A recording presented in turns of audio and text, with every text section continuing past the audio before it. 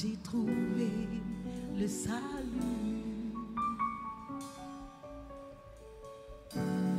Reçois, oh Dieu, l'adoration des cœurs que tu as sauvés. Je veux t'adorer.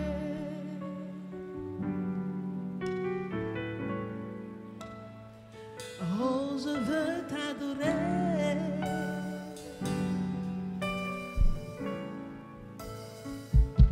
Je veux t'adorer.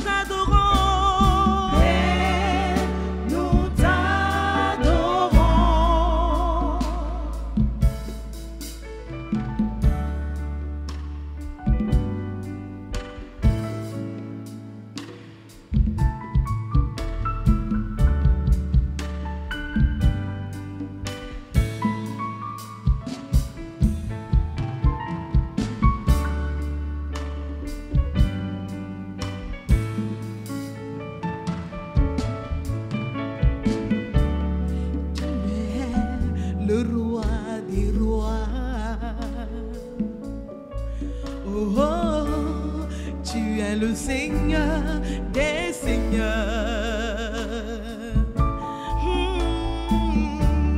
et tu es digne d'être acclamé. Oh, oh, Jésus, nous t'acclamons, Père, nous t'acclamons.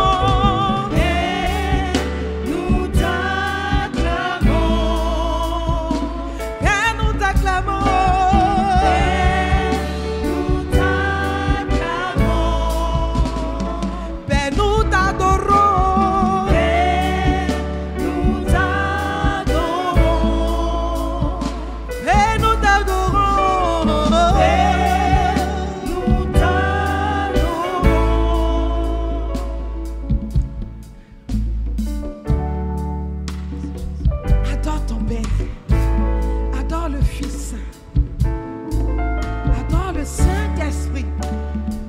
C'est en cela que Dieu nous a créés. Nos vies, c'est pour adorer notre Dieu. Père, voici ma vie pour t'adorer.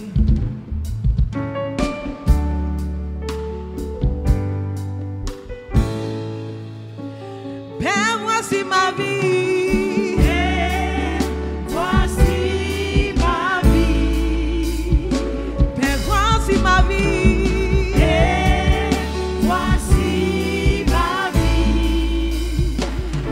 Voici mon cœur, voici mon cœur, voici mon cœur, voici mon cœur.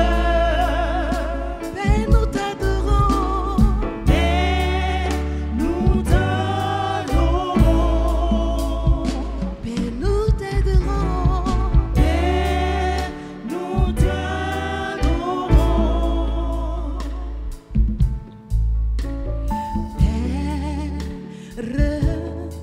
Je t'adore, je te donne ma vie, je t'aime tant, oui Père.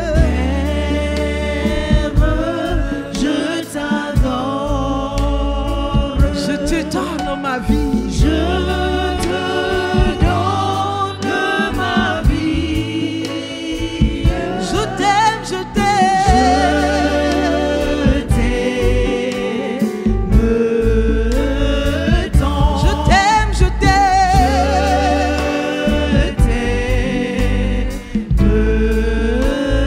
tant.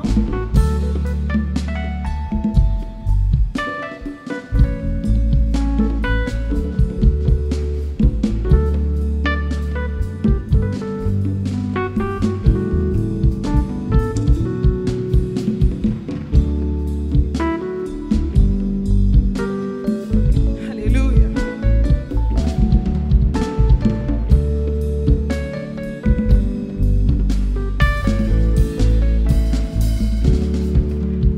Agneau de Dieu, je t'adore. Je te donne mon âme. Je t'aime tant. Je t'aime tant. Oui, Père. Je t'adore. Je te donne ma vie. Je te donne ma vie. Je t'aime. Je t'aime tant. Je t'aime, je t'aime. Je t'aime tant. Je t'aime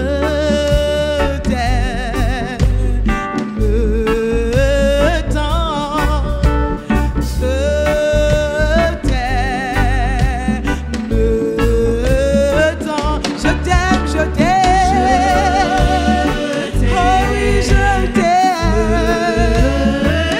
Je t'aime, je t'aime. Je t'aime tant. Je t'aime tant. Je t'aime tant. Je t'aime, je t'aime. Alléluia. Je t'aime, je t'aime.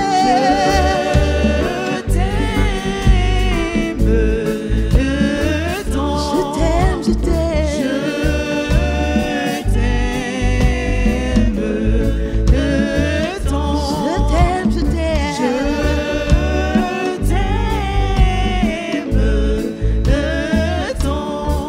Le privilège que tu me donnes, c'est de t'adorer. Le privilège que tu me donnes, c'est de t'adorer. Le privilège que tu me donnes, c'est de t'adorer. Le privilège que tu me donnes, c'est de t'adorer. Le privilège que tu me donnes. le privilège, C'est de t'adorer. oh le privilège, que tu me donnes. c'est de t'adorer. C'est de t'adorer. Oh le privilège, que tu me donnes. c'est de t'adorer. C'est de t'adorer. Oh le privilège que tu me donnes. C'est de t'adorer.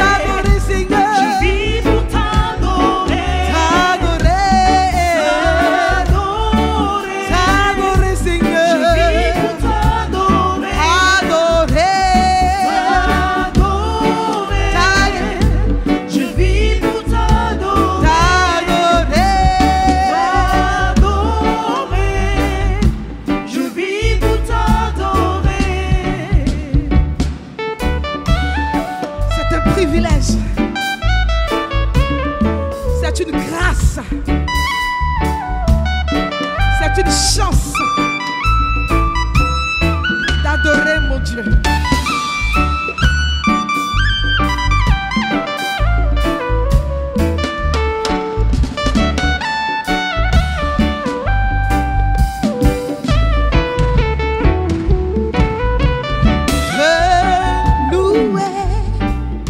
Je vis pour te louer,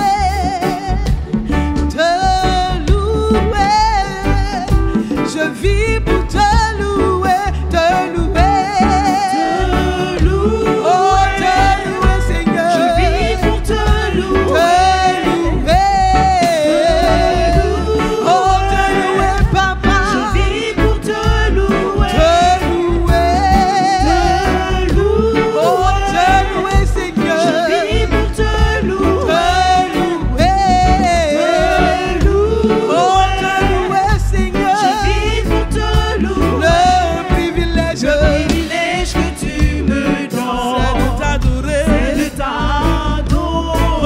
le Le privilège privilège, que tu me donnes, c'est de c'est t'adorer, de t'adorer. le privilège, Le privilège que tu me c'est donnes, de c'est de t'adorer, oh t'adorer. le Le privilège que tu me donnes, c'est de t'adorer.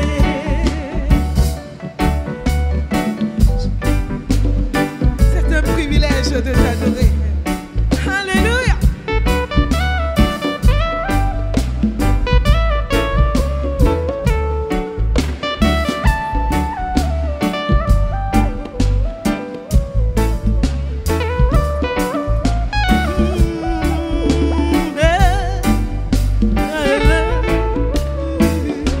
Le privilège, le privilège, le privilège, Seigneur, le privilège, mon privilège, mon privilège, mon privilège, c'est de t'adorer, t'adorer, oh oui, t'adorer, Je vis pour t'adorer, t'adorer, oh t'adorer papa, je vis pour t'adorer, t'adorer, oh oui t'adorer, je vis pour t'adorer. t'acclamer,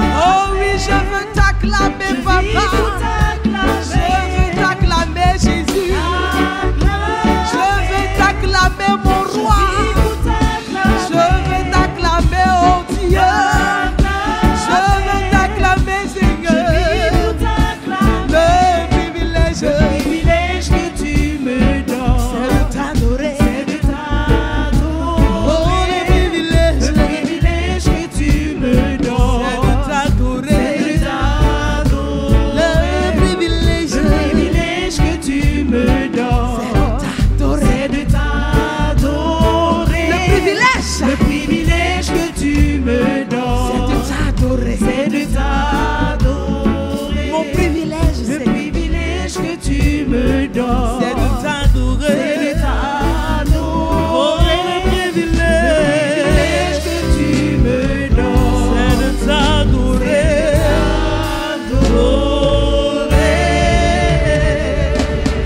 gloire à Jésus. Si ce n'est toi Seigneur, que serais-je? Pourquoi ma vie sur terre? Pourquoi tu m'as créé? Alléluia.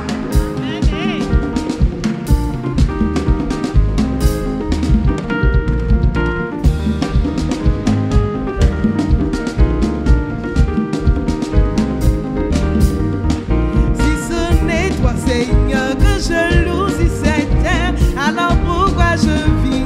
Alors pourquoi je vis? Si ce n'est toi Seigneur que je loue sur cette terre, alors pourquoi je vis? Si ce n'est toi Seigneur que je loue sur cette terre, alors pourquoi je Dis-moi pourquoi. Alors pourquoi je vis Si ce n'est toi, Jésus, que je loue sur cette terre? Alors pourquoi je vis? Si ce n'est toi, Yahweh, que je loue sur cette terre, alors pourquoi je vis? Alors pourquoi je vis? Si ce n'est toi, Seigneur, que je loue sur cette terre, alors pourquoi je vis? Si ce n'est toi, Seigneur, que je loue sur cette terre, alors pourquoi je vis? Alors pourquoi je vis? Si ce n'est toi, Jésus, que je loue sur cette terre, alors pourquoi je vis? car je suis né Pour te louer, je suis né pour te louer, je suis né pour te louer, je suis né pour te louer, tu m'as payé pour te louer, je suis né pour te louer, je suis né pour te louer, je suis né pour te louer.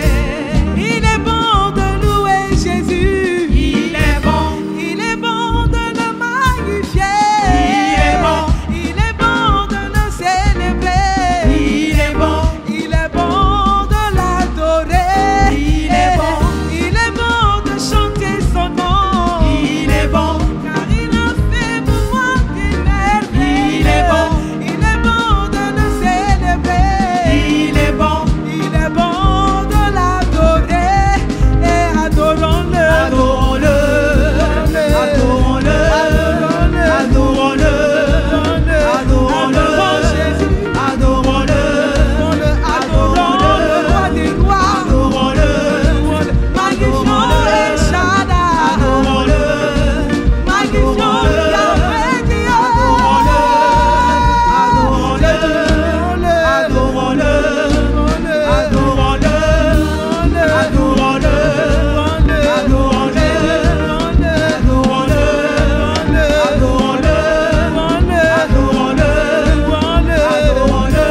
Alléluia.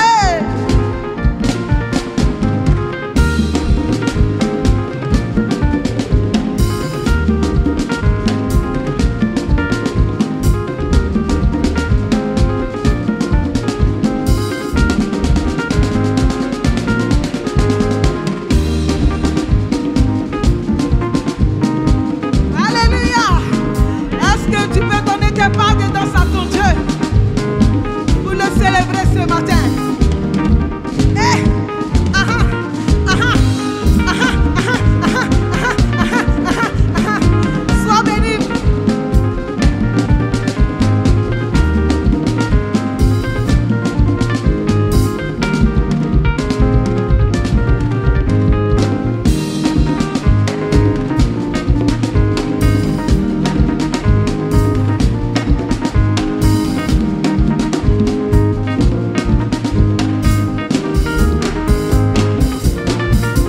Je dis louons-le, louons-le,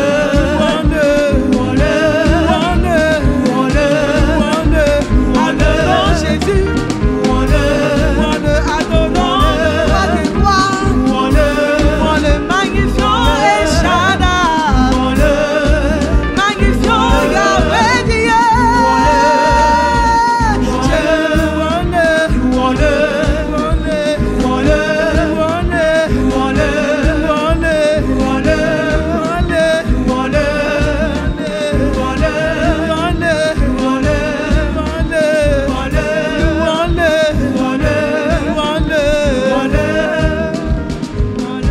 au siècle des siècles.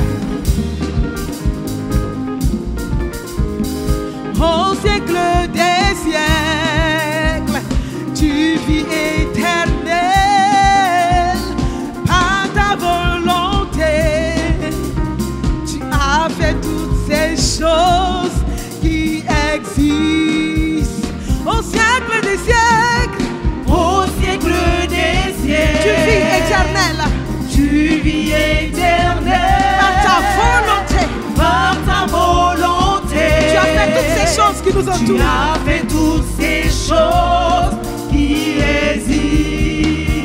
Au siècle des siècles, Au siècle des tu vis siècles, éternel tu vis éternel par ta volonté. par ta volonté. Tu as fait toutes ces choses. Tu as fait toutes ces choses qui existent.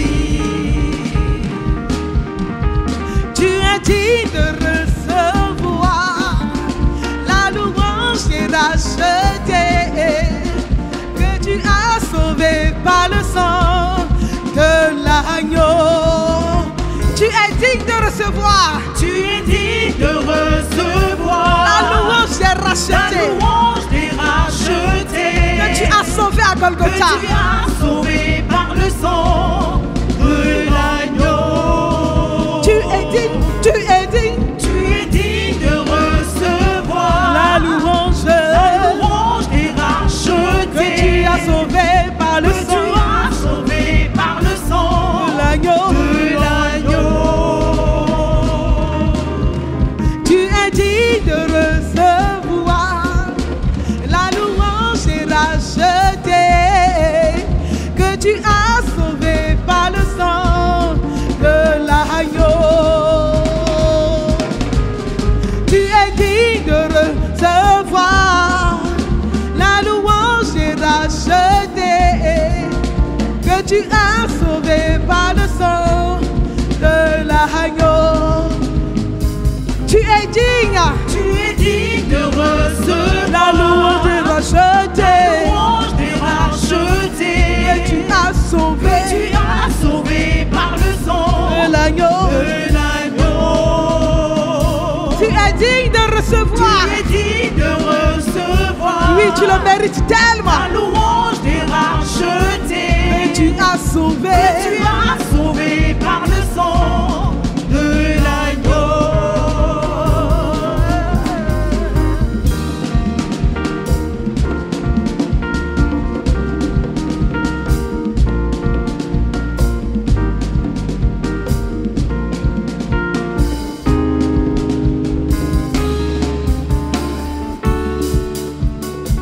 Ah, tu me demandes pourquoi j'aime danser, mon Dieu. Tu me demandes pourquoi j'aime l'adorer. Si tu pouvais comprendre. Ah, tu me demandes pourquoi j'aime le louer. Pourquoi je lève les mains juste pour le magnifier. Mais tu peux pas comprendre ce que Dieu a fait pour moi. Si je te l'expliquais, tu verras qu'il mérite que je vienne le louer. Tu me demandes pourquoi j'aime le louer. pourquoi je lève les mains Pourquoi je lève les mains. juste pour le magnifier. Juste pour le magnifier. Tu peux pas comprendre Tu peux pas comprendre ce que tu as fait dans ma ce vie. que Dieu a fait pour moi. Si je te l'expliquais, tu verras qu'il mérite que je vienne le louer. Tu me demandes pourquoi j'aime le louer. pourquoi je lève les mains Pourquoi je lève les mains. juste pour le magnifier. Tu Tu peux pas comprendre peux pas comprendre ce qu'il a fait pour moi. ce que Dieu a fait pour moi. Si je te l'expliquais, tu verras qu'il mérite que je vienne le louer. Je n'étais rien, je n'avais rien, mais il m'a lavé avec son sang. Je ne peux pas me taire, je ne peux pas ignorer tout ce qu'il a fait pour moi. Car il y a un feu qui brûle en moi pour Dieu. Je sens brûler ce feu qui brûle en moi pour Dieu. Je ne peux pas ignorer ce feu qui brûle en moi pour Dieu. Je sens brûler ce feu qui brûle en moi pour Dieu. Alléluia.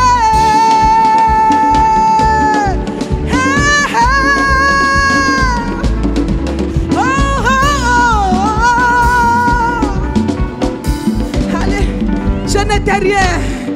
Je n'étais rien, je n'avais rien, mais il m'a lavé avec son sang.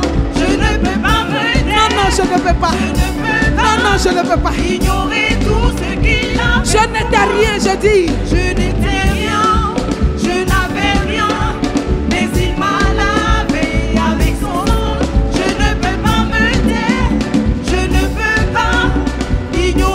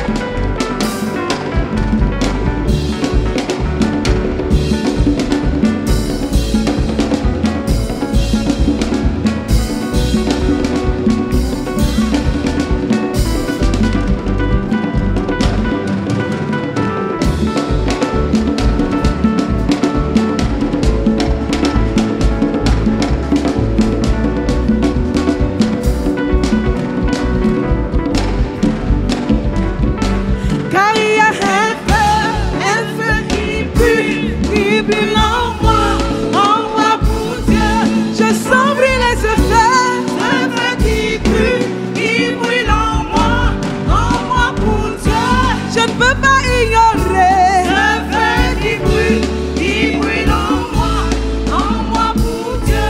Je sens brûler ce feu.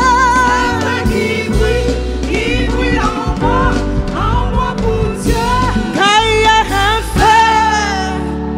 Gloire à Jésus. Soyez bénis, chers frères et sœurs. Gloire à Jésus.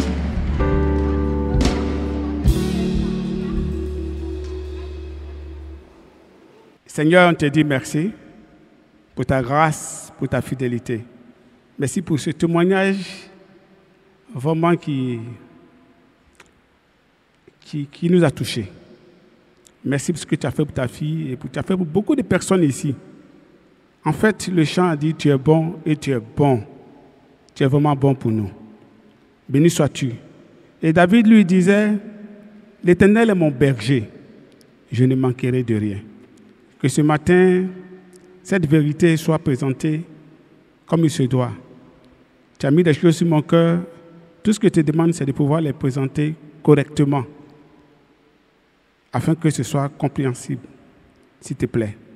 Utilise-moi comme l'instrument de tes mains, au nom de ton Fils dépouillé. Amen. Amen. Donc, on peut dire que Dieu est bon. Amen. Dieu est bon.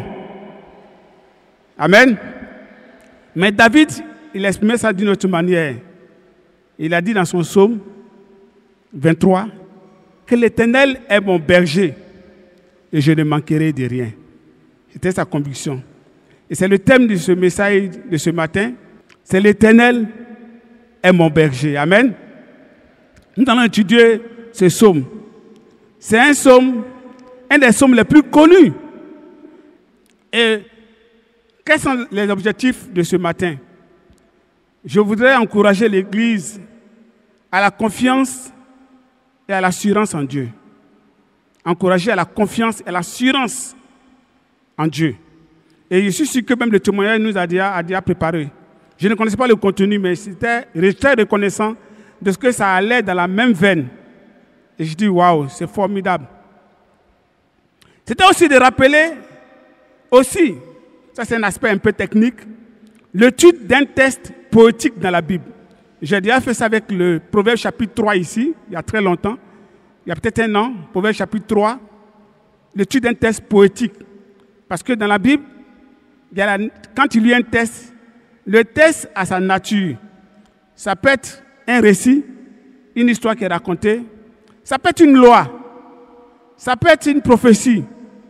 En fonction de sa nature, tu essaies de comprendre ce que le texte dit. Mais on ne peut pas examiner chaque texte comme on a examiné un autre. Parce que à chaque nature, l'examen qu'on apporte. Et puis, l'autre objectif, c'est d'étudier le psaume 23 et faire des applications dans nos vies en tenant compte du contexte présent. Quel est le contexte présent? Nous sommes dans une période sociopolitique tendue. Et on peut ressentir quelquefois des inquiétudes, un peu de peur, on entend des choses par-ci, par-là. Et on va utiliser ce psaume 23 là pour nous encourager. Amen. C'est ça le but. Psaume de David. L'Éternel est mon berger, je ne manquerai de rien. Il me fait reposer dans de verts pâturages. Il me dirige près des eaux paisibles. Il restaure mon âme. Il me conduit dans les sentiers de la justice à cause de son nom. Quand je marche dans la vallée de l'ombre de la mort, je ne crains aucun mal, car tu es avec moi. Ta houlette et ton bâton, dans ma version on dit, voilà mon réconfort. Mais en général, c'est dit, me rassure. Tu dresses devant moi une table, en face de mes adversaires. Tu oins d'huile ma tête, et ma coupe déborde. Oui, le bonheur et la grâce m'accompagneront tous les jours de ma vie. Et je reviendrai dans la maison de l'Éternel pour la durée de mes jours. Voilà le psaume qu'on va étudier ensemble. Amen. Donc le grand 1, c'est l'étude du texte. On a dit que l'auteur, c'est David. Mais le contexte, qu'est-ce qui a fait qu'il a écrit ce psaume-là? On pourrait penser directement que c'est à la fin de sa vie, après avoir souffert, il s'est dit, Quand il a regardé, il dit, l'Éternel est mon berger. De la même manière, donc, nous, quand on regarde toute notre vie et on voit, tout à l'heure, ma soeur Natacha partageait, on dit, Dieu est bon. Et David lui dit, l'Éternel est mon berger. Et la plupart des psaumes, bon, David a écrit beaucoup de psaumes, parmi les 150 psaumes, mais beaucoup de psaumes de David, à l'introduction, on dit le contexte. On dit dans quelle occasion il a écrit le psaume. Par exemple, le psaume 3, le verset 1 à 2, il est écrit « Psaume de David, quand il fuyait devant son fils Absalom ». C'est là qu'il a écrit ça. Il dit maintenant « L'Éternel, qui sont nombreux mes adversaires, nombreux ceux qui s'élèvent contre moi ». On comprend bien le contexte. Il fuyait devant son fils Absalom, dont on peut le retrouver dans 2 Samuel. Le psaume 7, verset 1 à 2, on dit encore le contexte. Oh, le verset dit, complainte de David, qu'il chanta au Seigneur au sujet de ce que Couch, le Benjamite, avait dit. Quand David fuyait Saül, à un moment donné, il s'est retrouvé chez un prêtre. Et il a négocié, il y a eu du pain à manger, et il y avait Couch qui était là. C'est à ce moment qu'il a écrit ce psaume-là. Le psaume 18, maintenant, verset 1 à 2. C'est un long psaume qui est très riche, très bon. Il dit, au chef de chœur de David, serviteur de l'Éternel, il adressa à l'Éternel les paroles de ce cantique lorsque l'Éternel l'eut délivré de tous ses ennemis, en particulier de Saül. Donc on peut penser que ça c'est vers la fin de sa vie qu'il a écrit ça. Mais il y a un autre psaume par exemple, psaume 51, verset 1 à 3 qu'on connaît. La Bible dit que, au chef de chœur, un psaume de David, qu'il composa lorsque le prophète Nathan vint chez lui après qu'il eut péché avec Bathsheba. Et puis il dit, aie pitié de moi, ainsi de suite. Mais pour notre psaume ici, on pourrait penser que c'est vers la fin de la vie aussi qu'il a écrit cela. Amen. Après toutes les situations qu'il a vécues, il a combattu avec Goliath. Il a été traqué par Saül, il a survécu. Il a été affamé. Et il est sorti de là à la fin, il dit, l'Éternel est mon berger, je ne manquerai de rien. Amen. L'Éternel est mon berger, je ne manquerai de rien. Si on parle du thème, on pourrait simplement dire que ce psaume décrit la confiance et l'assurance, ou bien la sécurité que David a en l'Éternel. C'est ça que le psaume fait. Et la troisième chose, dans l'étude biblique, c'est la nature du test. Et ça, c'est très important. Si je lis un test, je dois savoir où se trouve le test. Si c'est une parabole, je dois savoir comment on interprète les paraboles. C'est très important ce que je suis en train de dire. Sinon, on fera beaucoup d'erreurs. Si c'est une loi, je dois savoir que c'est une loi. Mais même quand c'est une loi, c'est quel type de loi? Quand c'est une loi cérémonielle, je sais que maintenant, il a donné pour le culte que les Israélites rendaient à Dieu. Donc c'est dans un contexte précis de leur culte. Mais quand c'est une loi morale, la morale a une valeur, a une portée universelle. Toutes ces choses sont très importantes. Quand c'est une épître, je dois comprendre comment l'interpréter. Et ça, c'est important. Maintenant, ici, c'est un psaume. Donc, c'est un poème. C'est un poème. Et la poésie a ses règles. Et en fonction des peuples, en général, ou bien l'influence littéraire de chacun, par exemple, la poésie française a ses règles. La poésie anglaise même a ses règles. Et la poésie hébraïque a ses règles. Si on ne comprend pas bien la règle de la poésie hébraïque, il y a des choses qu'on ne va pas comprendre en proverbe. C'est vrai qu'on va lire, on va comprendre des choses, mais des fois, on peut ne pas comprendre vraiment, en réalité. Et comme j'ai dit, c'est technique, mais ce n'est pas ça qui change notre foi. Hein. Mais quelquefois, c'est bon comme outil pour ceux qui en ont besoin. Ma mère, j'aime bien la foi de ma mère. Ma mère a une foi très simple. Par exemple, sur la collecte, sur les assemblées générales. Elle ne comprend pas pourquoi on fait assemblée générale. Elle va dire, par exemple, surtout à l'époque où il y avait un peu de débat, maintenant on est arrivé à une certaine maturité. Hein. Elle dit, moi, mon argent, je donne à Dieu. C'est à Dieu de faire ce qu'il veut. Une fois simple. Vous vous souvenez de cette phrase de Jésus qui dit à Nicodème, pour entrer dans le royaume de Dieu, il faut naître de nouveau. Et puis après, il dit, pour entrer dans le royaume de Dieu, il faut naître d'eau et d'esprit. Est-ce que vous savez qu'il y a des personnes qui ont créé 2 étapes dedans? D'abord, tu nais de nouveau, et puis après, tu as naître d'eau et d'esprit. Je vous dis, doctrinal, ils ont compris ça comme ça. Mais c'est un parallélisme. Il a dit, et puis il dit, ça c'est synthétique. Il vient maintenant apporter naître d'eau et d'esprit pour expliquer en fait ce que ça veut dire naître d'eau. C'est un parallélisme synthétique. Il fait une synthèse de ce qu'il a dit. Et donc, chez les Hébreux, il y a un parallélisme de synonymes. Les mêmes choses se répètent. Il y en a qui sont antithétiques. Il dit une chose, puis il dit son contraire pour mieux faire sortir bien ce qu'il a dit. Maintenant, pour notre test, la structure de notre test. L'Éternel est mon berger. Je ne manquerai de rien. Il fait une synthèse ici. L'image du berger explique pourquoi David n'aura pas de manque. Comme l'Éternel est mon berger, moi je ne manque de rien. C'est tout. C'est ce qu'il est en train de dire. Il dit, il me fait reposer dans de verts pâturages. Il me dirige près des eaux paisibles.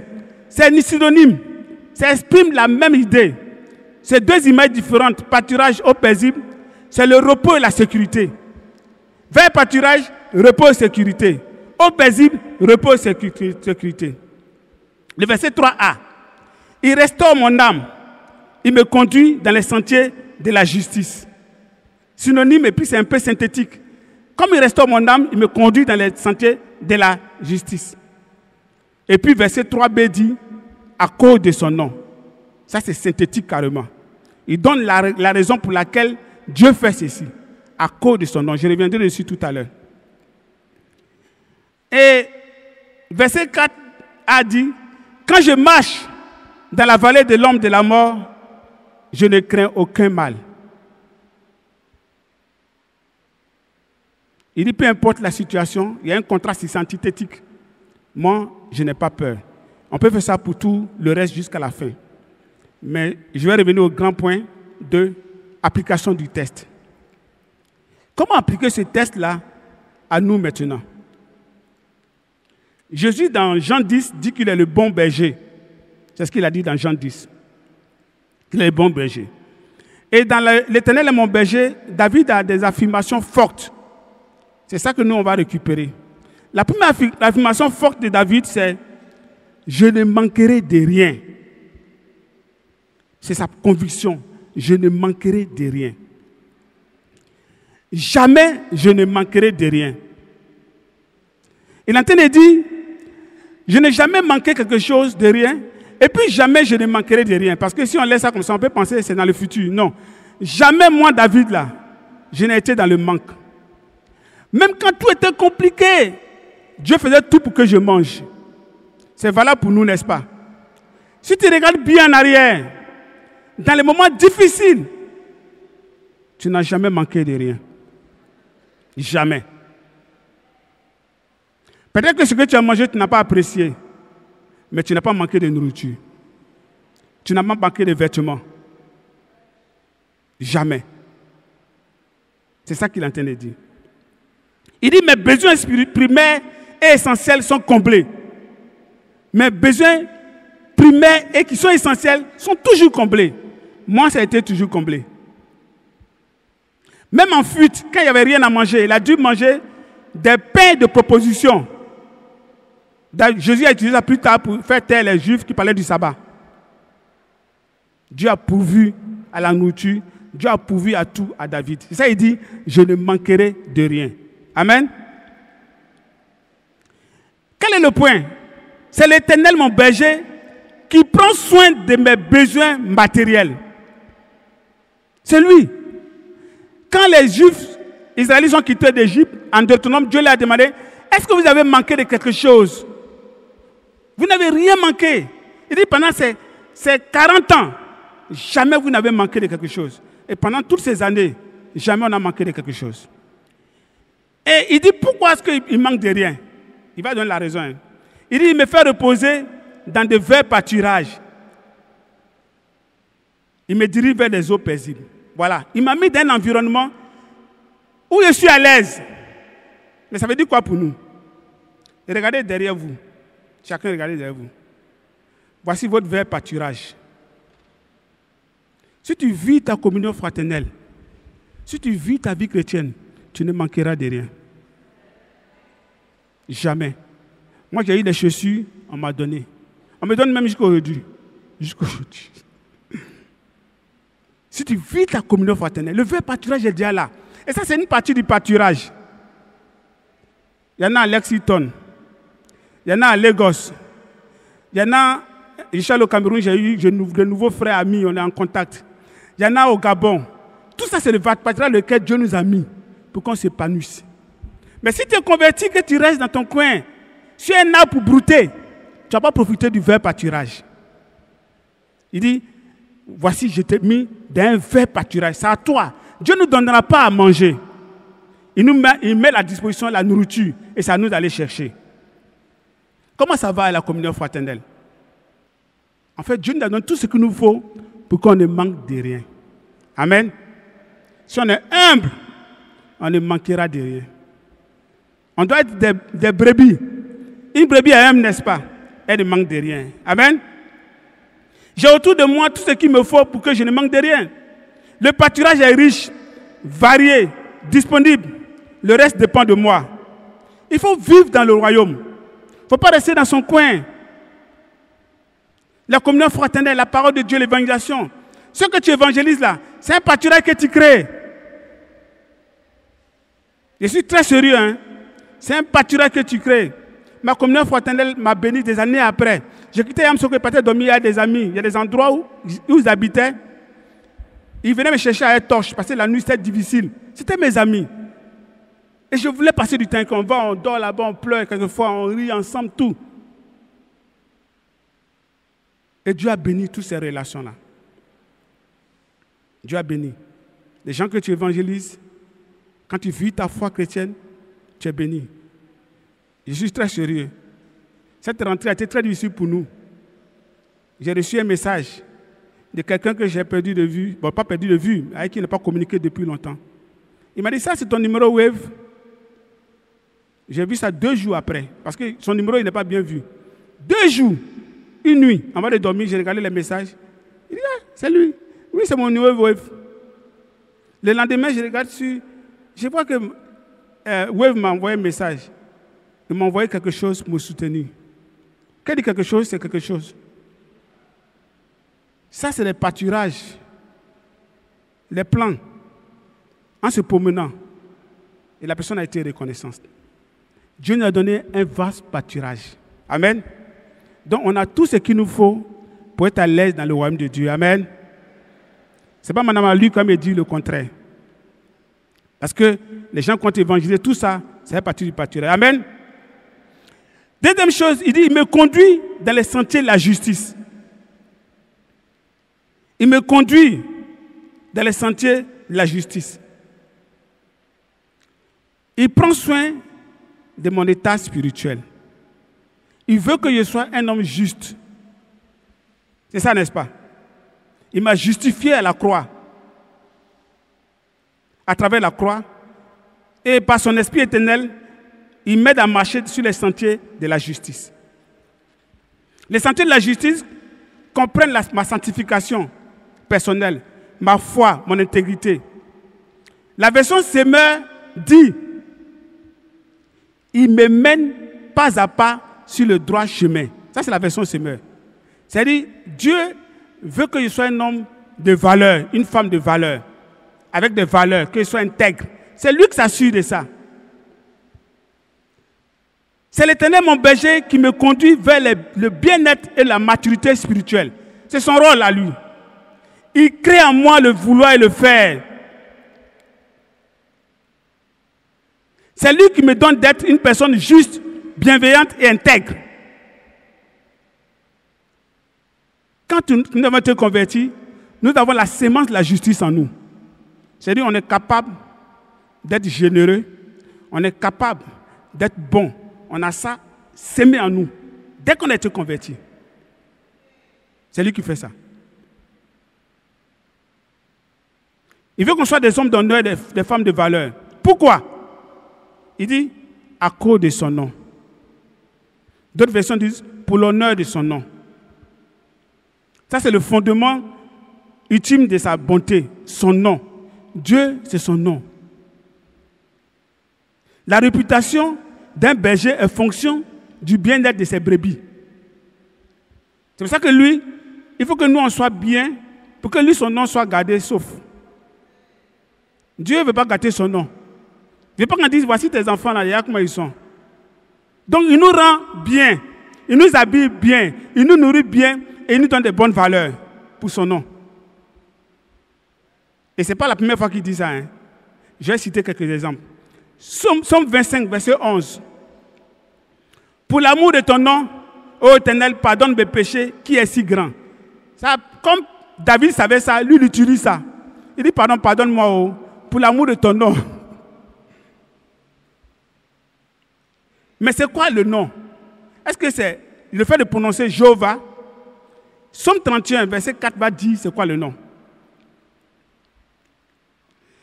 Il dit, oui, tu es pour moi un rocher et une forteresse. À cause de ce que tu es, toi, tu me guideras et tu me conduiras.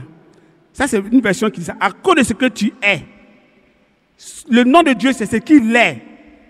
Il est bienveillant. Il est juste. Il est fidèle. Tout à l'heure, ma chère disait, il est fidèle. Comme il est fidèle, il ne garde pas son nom. Dieu ne garde jamais son nom. Donc, il veut que ses enfants se portent bien spirituellement pour l'amour de son nom. Il travaille à cela. Hein. Il fait tout ce qu'il peut. C'est ça que son fils, avant de partir, il a dit, si il ne veut pas, le consolateur ne viendra pas. C'est lui qui va vous conduire dans toute la vérité. C'est lui qui va vous faire ceci. C'est lui qui va vous rappeler tant. Parce que je veux que vous soyez bien spirituellement. Notre bien-être et notre comportement peut ternir le nom de Dieu. Quand Nathan a repris David, quand David avait péché, voyez ce que Nathan a dit. En 2 Samuel 12, verset 13 à 14. David dit à Nathan, j'ai péché contre l'Éternel. Nathan lui répondit, eh bien, l'Éternel a passé sur ton péché, tu ne mourras pas. Mais regardez la phrase qui m'a intrigué, qui m'a attristé au début, la première fois que j'ai lu avant, j'ai lu ça il y a très longtemps. Il dit, toutefois, comme par cette affaire, tu as fourni aux ennemis de l'Éternel une occasion de le mépriser. Waouh! Le fils qui t'est né mourra. Ne donnons pas aux ennemis de l'Éternel une occasion de le mépriser à travers le péché. C'est la même chose pour nous. Hein. Quand nos enfants font des choses qui ne sont pas bien, c'est nous, on a honte. Quand on passe, on dit, ah, voici le papa de tel qui va là-bas. Ah, lui là, non, lui là même, qui là? C'est quel enfant ça même? Ah, justement, je viens de voir son papa qui est en train de passer là-bas. Dieu ne veut pas qu'on mette le doigt sur lui comme ça. Puis il dit, voici ces enfants là-bas. Il était fier de Job. Très fier. Et il est fier de nous. Amen. Pour l'amour de son nom. En 2 Pierre 2, verset 2, quand il parlait de fausses doctrines, de faux docteurs, il dit, beaucoup de gens les suivront dans leur immoralité et à cause d'eux, la voix de la vérité sera discréditée. Mais ça ne doit pas être à cause de nous. Donc, David a dit, je ne manquerai de rien. David a encore affirmé, il me conduit sur le droit chemin, sur les sentiers de la justice. C'est lui qui veut que je sois un homme juste. C'est lui qui m'a maîtrisé, qui m'a gardé parce que je n'ai pas commis d'erreur grave. J'aurais pu tuer Saül, il m'a aidé. J'aurais pu me venger contre Nabal. Il m'a aidé, il a tué sa femme pour m'aider. Il m'a gardé, je suis resté un homme juste. C'est lui qui a fait ça. Maintenant, il va plus loin. Je ne crains aucun mal. Moi, David, là, je n'ai pas peur de quelqu'un. Je n'ai peur de rien. Et dans les circonstances, ce qu'il a donné comme argument, c'est élevé. Hein? Il a dit qu'il y a quelque chose là pour lequel même là, il n'a même pas peur. Ce n'est pas autre chose. David avait la profonde conviction que Dieu assure sa sécurité. Peu importe le danger.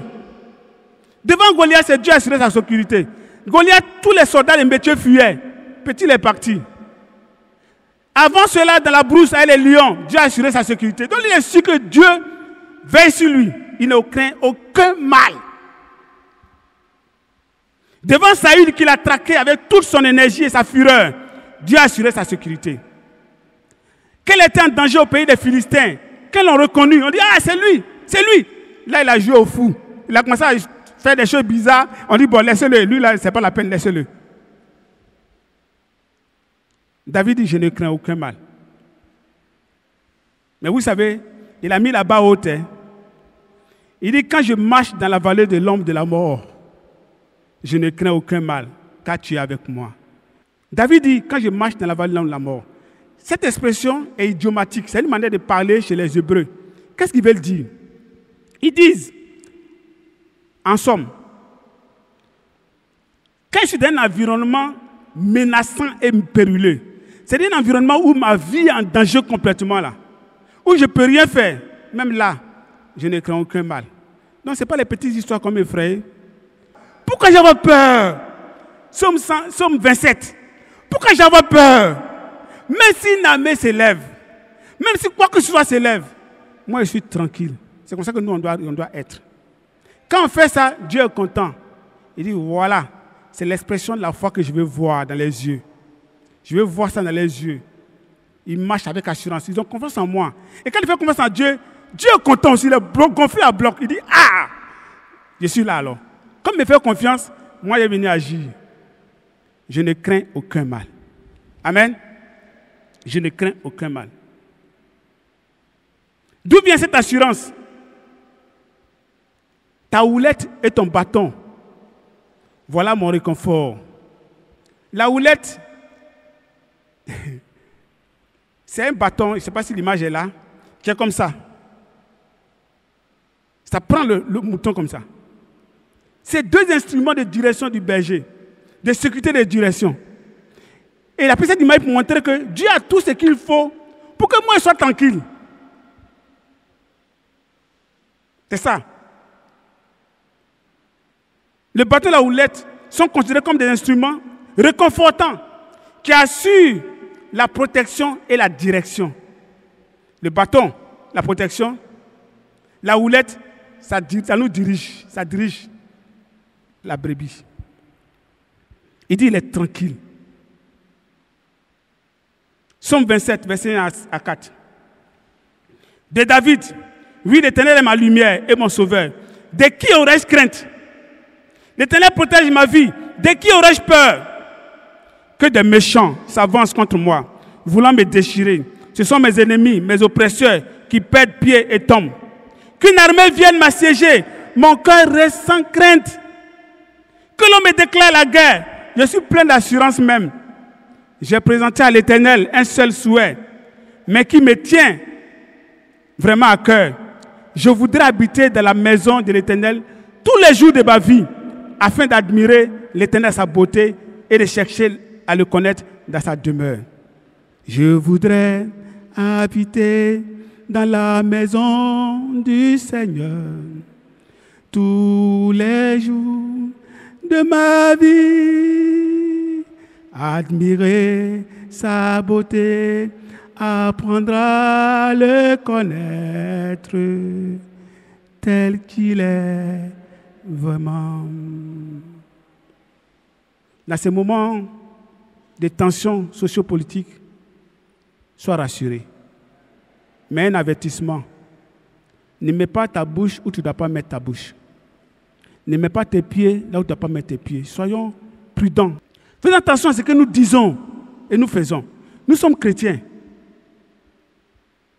Si tu as la bonne attitude, l'Éternel, ton berger, va assurer ta sécurité.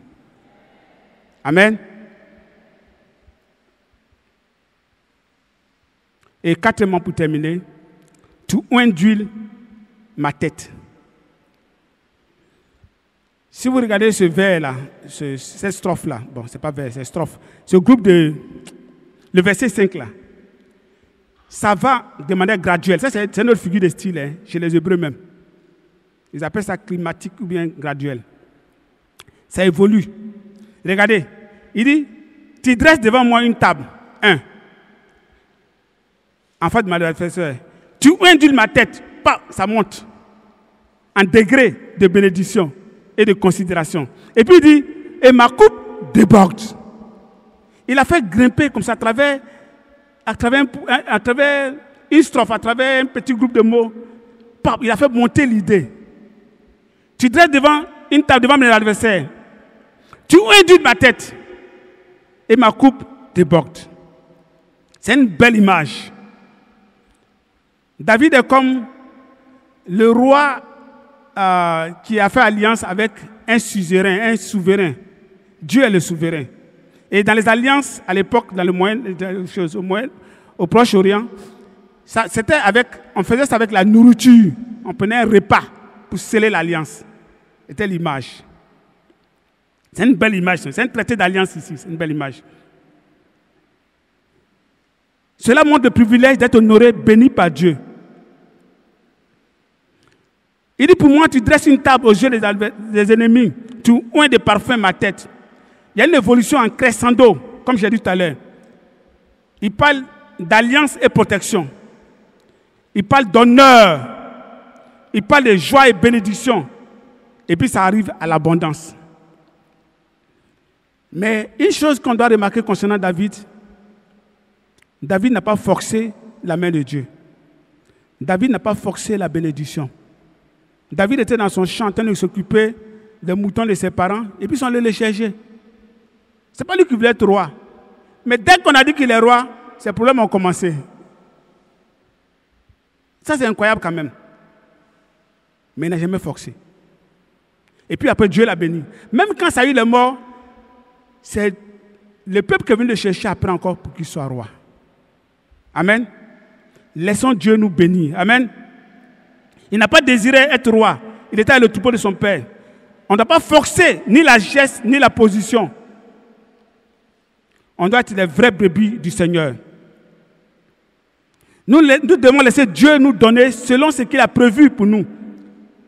Si nous sommes une vraie brebis du bon berger, qui est l'Éternel, soumis, humble, si nous laissons diriger par l'Éternel, si nous avons traversé des vallées de l'ombre de la mort, notre coupe va déborder. Dieu va nous bénir, bénir et bénir. Il nous a choisis pour nous bénir. Dans notre travail que nous faisons, dans tout ce qu'on fait, Dieu doit nous faire monter. On va monter, on va évoluer dedans. Proverbe 10, verset 10, c'est la bénédiction de l'Éternel qui enrichit. Et cela n'est suivi d'aucun chagrin. Avant de conclure, 3 questions pour toi. Qu'est-ce que tu as pu noter? Qu'est-ce qui t'a le plus touché? Et que penses-tu de ta relation avec l'Éternel, ton berger? David, après tout ce qu'il a vécu, pouvait dire, l'Éternel est mon berger, je ne manquerai de rien. Ce psaume nous enseigne, par l'exemple de David, que Dieu est le véritable berger. Il veut être le berger de la vie de chacun de nous. Il veut combler nos besoins individuellement. Et il le fait. Il veut être le protecteur et la sécurité de chacun de nous. Il veut être à l'origine de notre croissance spirituelle. Il veut être celui qui nous bénit. C'est ça que Dieu veut être. Seulement disposons nos cœurs et disons comme David, l'Éternel est mon berger. Je ne manquerai de rien. Il me fait reposer dans de verts pâturages. Il me dirige près des eaux paisibles. Il restaure mon âme. Il me conduit dans les sentiers de la justice à cause de son nom. Quand je marche dans la vallée de l'ombre de la mort, je ne crains aucun mal, car tu es avec moi. Ta houlette et ton bâton, voilà mon réconfort. Tu dresses devant moi une table, en face de mes adversaires. Tu ondules ma tête et ma coupe déborde. Et à la fin, il dit, oui, quand c'est comme ça, où est-ce que je vais partir? Le bonheur et la grâce m'accompagneront tous les jours de ma vie et je reviendrai dans la maison de l'Éternel pour la durée de mes jours. Que Dieu nous bénisse et à Dieu soit toute la gloire.